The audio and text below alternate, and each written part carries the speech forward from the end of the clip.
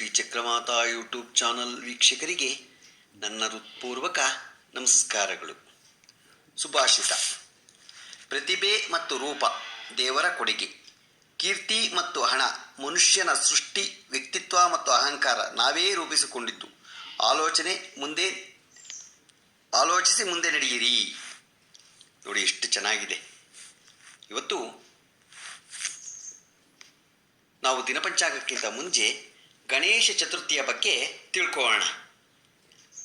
ಗಣೇಶ ಚತುರ್ಥಿಯನ್ನು ಕುಟುಂಬದಲ್ಲಿ ಯಾರು ಆಚರಿಸಬೇಕು? ಗಣೇಶ ಚತುರ್ಥಿಯನ್ನು ಆಚರಿಸುವುದರ ಮಹತ್ವವೇನು? ಗಣೇಶ ಚತುರ್ಥಿಯೊಂದು ನೂತನ ಮೂರ್ತಿಯನ್ನು ಏಕೆ ತರಬೇಕು? ಗಣೇಶ ಮೂರ್ತಿಯ ಭಂಗವಾದರೆ ಅದರ ಪರಿಹಾರಗಳೇನು? ಈ ವಿಷಯಗಳಿಗೆ ಸಂಬಂಧಪಟ್ಟ ಮಾಹಿತಿಯನ್ನು ಇಲ್ಲಿ ತಿಳ್ಕೊಳ್ಳೋಣ. ಕುಟುಂಬದಲ್ಲಿ ಯಾರು ಆಚರಿಸಬೇಕು? ಗಣೇಶ ಚತುರ್ಥಿಯಂದು ಆಚರಿಸಲಾಗುವ ವ್ರತವನ್ನು ಸಿದ್ಧಿವಿನಾಯಕ ವ್ರತ ಎನ್ನುತ್ತಾರೆ. ವಾಸ್ತವದಲ್ಲಿ ಇದನ್ನು ಎಲ್ಲ ಕುಟುಂಬಗಳಲ್ಲೂ ಆಚರಿಸಬೇಕು. ಅಣ್ಣ ತಮ್ಮಂದಿರೆಲ್ಲರೂ ಒಟ್ಟಿಗೆ ಇದ್ದರೆ, ಅಂದರೆ ಅವರ ದ್ರವ್ಯಕೋಶ ಮತ್ತು ಪಾಕನಿಷ್ಠತಿ ಒಟ್ಟಿಗೆ ಇದ್ದರೆ, ಅಂದರೆ ಒಲೆ ಒಂದೇ ಇದ್ದರೆ ಎಲ್ಲರೂ ಸೇರಿ ಒಂದೇ ಮೂರ್ತಿಯ ಪೂಜೆಯನ್ನು ಮಾಡಬೇಕು. ಆದರೆ ದ್ರವ್ಯಕೋಶ ಮತ್ತು ಪಾಕನಿಷ್ಪತ್ತಿಯ ಕಾರಣಾಂತರದಿಂದ ವಿಭಕ್ತವಾಗಿದ್ದರೆ ಬೇರೆ ಬೇರೆ ರೀತಿ ಪ್ರತಿಯೊಬ್ಬರೂ ಅವರವರ ಮನೆಗಳಲ್ಲಿ ಸ್ವತಂತ್ರವಾಗಿ ಗಣೇಶ ವ್ರತವನ್ನು ಆಚರಿಸಬೇಕು. ಗಣೇಶ ಚತುರ್ಥಿಯ ಮಹತ್ವವೇನು? ಆಷಾಢ ಹುಣ್ಣಿಮೆಯೆಂದು ಕಾರ್ತೀಕ ಹುಣ್ಣಿಮೆಯವರೆಗೆ 120 ದಿನಗಳ ಕಾಲದಲ್ಲಿ ವಿನಾಶಕಾರಿ ತಮ ಪ್ರಧಾನ ಯಮಲ ಹರಿಗಳು ಪೃಥ್ವಿಯ ಮೇಲೆ ಹೆಚ್ಚು ಪ್ರಮಾಣದಲ್ಲಿ ಬರುತ್ತವೆ. ಈ ಸಮಯದಲ್ಲಿ ಅವುಗಳ ತೀವ್ರತೆಯೂ ಹೆಚ್ಚಿಗೆ ಇರುತ್ತವೆ. ಈ ಕಾಲಾವಧಿಯಲ್ಲಿ, ಅಂದರೆ ಭಾದ್ರಪದ ಶುಕ್ಲ ಚತುರ್ಥಿಯಿಂದ ಅನಂತರ ಚತುರ್ದಶಿಯವರೆಗೆ ಗಣೇಶ ಲಹರಿಗಳು ಪೃಥ್ವಿಯ ಮೇಲೆ ಹೆಚ್ಚಿನ ಪ್ರಮಾಣದಲ್ಲಿ ಬರುವುದರಿಂದ ಯಮಲಹರಿಗಳ ತೀವ್ರತೆ ಕಡಿಮೆಯಾಗಲು ಸಹಾಯವಾಗುತ್ತದೆ. ಗಣೇಶ ಚತುರ್ಥಿಯನ್ನು ನೂತನ ಶ್ರೀ ಗಣೇಶ ಮೂರ್ತಿಯನ್ನು ತರುವ ಇಂದಿನ ಉದ್ದೇಶ ಏನು? ಮನೆಯಲ್ಲಿ ಪೂಜೆಗಾಗಿ ಗಣಪತಿಯನ್ನು ಇಟ್ಟಿರುವಾಗಲೂ ನೂತನ ಮೂರ್ತಿಯನ್ನು ತರುವ ಉದ್ದೇಶವು ಮುಂದಿನಂತಿದೆ. ಗಣೇಶ ಚತುರ್ಥಿಯ ಸಮಯದಲ್ಲಿ ಗಣೇಶ ಲಹರಿಗಳು ಅತಿ ಹೆಚ್ಚಿನ ಪ್ರಮಾಣದಲ್ಲಿ ಪೃಥ್ವಿಯ ಮೇಲೆ ಬರುತ್ತವೆ. ನಿತ್ಯದ ಪೂಜೆಯಲ್ಲಿರುವ ಮೂರ್ತಿಯಲ್ಲಿ ಅವುಗಳ ಆವಾಹನೆ ಮಾಡಿದರೆ ಅದರಲ್ಲಿ ಬಹಳಷ್ಟು ಶಕ್ತಿ ಬರಬಹುದು. ಇಂತಹ ಹೆಚ್ಚು ಶಕ್ತಿ ಇರುವ ಮೂರ್ತಿ ಎಲ್ಲ ಬಗೆಯ ಪೂಜೆ ಅರ್ಚನೆಗಳನ್ನು ವರ್ಷಪೂರ್ತಿ ಸರಿಯಾಗಿ ಮಾಡುವುದು ಕಠಿಣವಾಗಿರುತ್ತದೆ. ಏಕೆಂದರೆ ಅದಕ್ಕೆ ಕರ್ಮಕಾಂಡದ ಬಹಳಷ್ಟು ಬಂಧನಗಳನ್ನು ಪಾಲಿಸಬೇಕಾಗುತ್ತದೆ. ಈ ಕಾರಣಕ್ಕಾಗಿ ಗಣೇಶ ಲಹರಿಗಳನ್ನು ಆವಾಹನೆ ಮಾಡಲು ನೂತನ ಮೂರ್ತಿಯನ್ನು ಉಪಯೋಗಿಸಿ ನಂತರ ಅದನ್ನು ವಿಸರ್ಜನೆ ಮಾಡುತ್ತಾರೆ.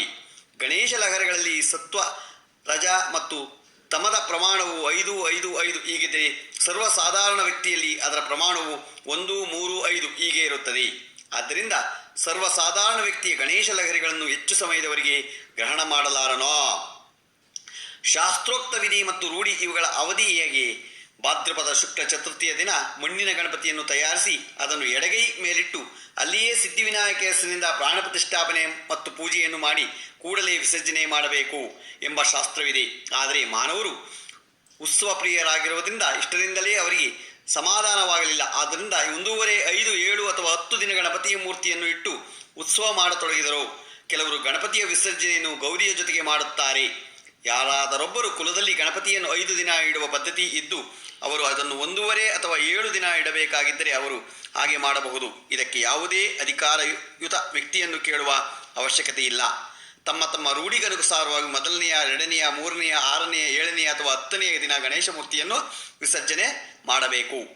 ಗಣೇಶ ಮೂರ್ತಿಯು ಭಗ್ನವಾದರೆ ಏನು ಮಾಡಬೇಕು? ಮೂರ್ತಿಯು ಪ್ರಾಣ ಪ್ರತಿಷ್ಠೆಯನ್ನು ಮಾಡುವುದಕ್ಕಿಂತ ಮೊದಲು ಯಾವುದಾದರೊಂದು ಅವಯಕ್ಕೆ ಏಟಾದರೆ ಅಥವಾ ಭಿನ್ನವಾದರೆ ಚಿಂತಿಸುವ ಕಾರಣವಿಲ್ಲ. ಅದರ ಬದಲು ಬೇರೆ ಮೂರ್ತಿಯನ್ನು ತಂದು ಪೂಜಿಸಬೇಕು. ವಿಸರ್ಜನೆಗಾಗಿ ಅಕ್ಷತೆ ಹಾಕಿದ ನಂತರ, ದೈವತ್ವವು ಹೋದ ನಂತರ ಅವುಗಳಿಗೆ ಏಟಾದರೆ ಅಥವಾ ಭಿನ್ನವಾದರೆ ಆ ಮೂರ್ತಿಯನ್ನು ನಿತ್ಯದಂತೆ ವಿಸರ್ಜನೆ ಮಾಡಬೇಕು. ಪ್ರಾಣ ಪ್ರತಿಷ್ಠೆಯಾದ ನಂತರ ಆ ಅವಯವಕ್ಕೆ ಏಟಾದರೆ ಅಥವಾ ಮುರಿದರೆ ಆ ಮೂರ್ತಿಗೆ ಅಕ್ಷತೆಯನ್ನು ಅರ್ಪಿಸಿ ವಿಸರ್ಜಿಸಬೇಕು. ಈ ಘಟನೆಯು ಗಣೇಶ ಚತುರ್ಥಿಯ ದಿನವೇ ನಡೆದರೆ ಬೇರೆ ಮೂರ್ತಿಯನ್ನು ತಂದು ಪೂಜಿಸಬೇಕು. 2ನೇ ಅಥವಾ 3ನೇ ದಿನ ನಡೆದರೆ ಹೊಸ ಮೂರ್ತಿಯನ್ನು ತಂದು ಪೂಜಿಸಬೇಕಾಗಿಲ್ಲ. ಮೂರ್ತಿಯು ಸಂಪೂರ್ಣ ಭಗ್ನವಾದರೆ ಕುಲಪುರೋಹಿತರ ಸಲಹೆಯಂತೆ ಯಥಾವಕಾಶ ಅದ್ಭುತ ದರ್ಶನ ಶಾಂತಿಯನ್ನು ಮಾಡಿಸಬೇಕು. ಗಣೇಶ ಚತುರ್ಥಿಯಂದು ದೀಪ ಆರಿ ಹೋಗುವುದು, ಅರಿಯುವ ಕಲ್ಲು, ಬೀಸುವ ಕಲ್ಲು ಅಥವಾ ಸಾಣಿಗೆ ಕಾಯಿಗಳು ಒಡೆದು ಹೋಗುವುದು, ಕೆಸುವಿನ ಎಲೆಗೆ ಹೂವು ಬರುವುದು, ಮೂರ್ತಿ ಭಗ್ನ ಇತ್ಯಾದಿ ಘಟನೆಗಳಾದರೆ ಆ ಕುಟುಂಬದಲ್ಲಿ ದ್ರವ್ಯ ಹಾನಿ, ಗಂಭೀರ ರೋಗ ಅಥವಾ ಅಪಮೃತ್ಯು ಆಗುವ ಸಾಧ್ಯತೆ ಇರುತ್ತದೆ. ಅದಕ್ಕಾಗಿ ಮೇಲೆ ಕೊಟ್ಟಿರುವ ಪರಿಹಾರಗಳನ್ನು ಶ್ರದ್ಧೆಯಿಂದ ಮಾಡ್ಕೋಬೇಕು. ನಾವು ಚಂದ್ರ, ಮನಸ್ಸು ಮತ್ತು ಗಣೇಶ ಚತುರ್ಥಿ ಇವುಗಳ ಸಂಬಂಧ ಏನು? ಚಂದ್ರಂದು ಸೌರಮಂಡಲದಲ್ಲಿ ಎಲ್ಲ ಗ್ರಹಗಳಲ್ಲಿ ಚಂದ್ರಗ್ರಹವು ಅತ್ಯಂತ ಚಂಚಲವಾಗಿದೆ. ಆದುದರಿಂದ ಚಂಚಲ ಸ್ವಭಾವವಿರುವವರ ಮನಸ್ಸಿನ ಮೇಲೆ ಚಂದ್ರನ ಸ್ಪಂದನಗಳು ಹೆಚ್ಚು ಕಾರ್ಯ ಮಾಡುತ್ತವೆ. ಪೃಥ್ವಿಯಿಂದ ಚಂದ್ರಗ್ರಹದ ದರ್ಶನವನ್ನು ನಾವು ಸಹಜವಾಗಿ ಪಡೆದುಕೊಳ್ಳಬಹುದು ಮತ್ತು ಅದನ್ನು ನಾವು ಮನಸ್ಸಿನಲ್ಲಿ ಅತ್ಯಂತ ಸಹಜವಾಗಿ ಯಾವಾಗ ಬೇಕಾದರೂ ನೋಡಬಹುದು. ಪರಿಣಾಮ ಗಣೇಶ ಚತುರ್ಥಿಯ ದಿನ ಬ್ರಹ್ಮಾಂಡದಲ್ಲಿ ನಿರ್ಮಾಣವಾಗುವ ರಜೋಗುಣದ ಸ್ಪಂದನಗಳು ಚಂದ್ರನ ಕಡೆಗೆ ಹೆಚ್ಚಿನ ಪ್ರಮಾಣದಲ್ಲಿ ಆಕರ್ಷಕವಾಗಿ ಚಂಚಲ ಮನಸ್ಸಿರುವ ಮನುಷ್ಯರ ಕಡೆಗೆ ಆಕರ್ಷಿಸಲ್ಪಡುತ್ತದೆ. ಗಣೇಶ ಚತುರ್ಥಿಯ ವೈಶಿಷ್ಟ್ಯಗಳೇನು?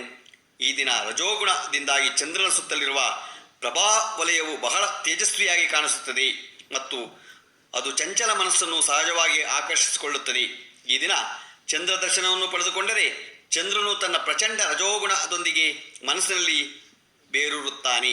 ಮನಸ್ಸಿನ ಮೇಲೆ ಮೂಡುವ ಅವನ ಚಿತ್ರವು ಅಷ್ಟೇ ಚಂಚಲವಾಗಿರುತ್ತದೆ. ಆದ್ದರಿಂದ ಅದು ಯಾವ ಕಾರಣಗಳೂ ಇಲ್ಲದಿರುವಾಗಲೂ ಮತ್ತು ಯಾವುದೇ ಸಮಯದಲ್ಲಿ ಮನಸ್ಸಿನ ಮೇಲೆ ಮೂಡುತ್ತದೆ. ಚಂದ್ರನನ್ನು ನೋಡಿದ ಸಮಯದಲ್ಲಿನ ದೃಶ್ಯವನ್ನು ನೆನೆಸಿಕೊಂಡರೂ ಮನಸ್ಸು ಚಂಚಲವಾಗುತ್ತದೆ. ಗಣೇಶ ಚತುರ್ಥಿಯ ದಿನ ಚಂದ್ರನ ದರ್ಶನವನ್ನು ಪಡೆದುಕೊಳ್ಳುವುದರಿಂದ ಏನಾಗತ್ತೆ? ಮನಸ್ಸಿನ ಚಂಚಲತೆಯ ಸುಮಾರು 1 ವರ್ಷದವರೆಗೆ ಉಳಿಯುತ್ತದೆ. ಮನಸ್ಸಿನ ಚಂಚಲತೆಯ ಪ್ರಚಂಡ ಪ್ರಭಾವದಿಂದಾಗಿ ಯಾವುದಾದರೊಂದು ಘಟನೆಯು ಘಟಿಸುವ ಮೇಲೆ ಅದು ಘಟಿಸಿ ಹೋಗಿದೆ ಎಂದು ತಪ್ಪು ತಿಳುವಳಿಕೆ ಅಥವಾ ಗಾಳಿ ಸುದ್ದಿ ಹರಡುವ ಸಾಧ್ಯತೆ ಇರುತ್ತದೆ. ಇದನ್ನೇ ಯಾವುದಾದರೊಂದು ಅಡಚಣೆಯನ್ನು ಮೈಮೇಲೆ ಎಳೆದುಕೊಳ್ಳುವುದು ಎಂದು ಹೇಳುತ್ತಾರೆ. ಈ ಕಾರಣಕ್ಕಾಗಿ ಗಣೇಶ ಚತುರ್ಥಿಯ ದಿನ ಚಂದ್ರನನ್ನು ನೋಡುವುದು ಅಶುಭವೆಂದು ತಿಳಿದುಕೊಳ್ಳುತ್ತಾರೆ. ಜ್ಯೋತಿಷ್ಯ ಮತ್ತು ಚಂದ್ರದರ್ಶನ ಏನು? ಗಣೇಶ ಚತುರ್ಥಿಯ ದಿನದಂದು ಯಾವ ವ್ಯಕ್ತಿಯ ರಾಶಿಯಲ್ಲಿ ಯಾವುದೇ ಸ್ಥಾನದಲ್ಲಿ ಚಂದ್ರನಿದ್ದರೆ ಅವನು ಚಂದ್ರದರ್ಶನವನ್ನು ಮಾಡಲೇಬಾರದು. ಇಂತಹ ವ್ಯಕ್ತಿ ನೀರಿನಲ್ಲಿ ಕಾಣಿಸುವ ಚಂದ್ರನ ಬಿಂಬವನ್ನೂ ಸಹ ನೋಡಬಾರದು. ಏಕೆಂದರೆ ನೀರಿನಿಂದ ನೆನೆದಿರುವ ಮಣ್ಣಿನಲ್ಲಿಯೂ ಪ್ರಜನನ ಶಕ್ತಿಯು ಹೆಚ್ಚಾಗಿರುವುದರಿಂದ ಅಲ್ಲಿಯೂ ಪ್ರಚಂಡ ಪ್ರಮಾಣದಲ್ಲಿ ರಜೋಗುಣವು ನಿರ್ಮಾಣವಾಗಿರುತ್ತದೆ. ಗಣೇಶ ಚತುರ್ಥಿಯಂದು ಚಂದ್ರದರ್ಶನವಾದರೆ ಏನು ಮಾಡಬೇಕು? ತಪ್ಪಿ ಏನಾದರೂ ಗಣೇಶ ಚತುರ್ಥಿಯ ಚಂದ್ರನನ್ನು ಕಂಡರೆ ಶ್ರೀಮದ್ಭಾಗವತ 10ನೇ ಸ್ಕಂದದ 56-57ನೇ ಅಧ್ಯಾಯದಲ್ಲಿ ಬರುವ ಸ್ಯಮಂತಕಮಣಿಯ ಕಥೆಯ ಶ್ರದ್ಧೆಯಿಂದ ಓದಬೇಕು ಅಥವಾ ಕೇಳಬೇಕು. ಭಾದ್ರಪದ ಶುಕ್ಲ ಪಂಚಮಿಯಂದು ಚಂದ್ರದರ್ಶನ ಮಾಡಬೇಕು. ಇದರಿಂದ ಚತುರ್ಥಿಯ ಚಂದ್ರದರ್ಶನದಿಂದ ಹೆಚ್ಚಿನ ಸಮಸ್ಯೆ ನಿರ್ಮಾಣವಾಗಲ್ಲ.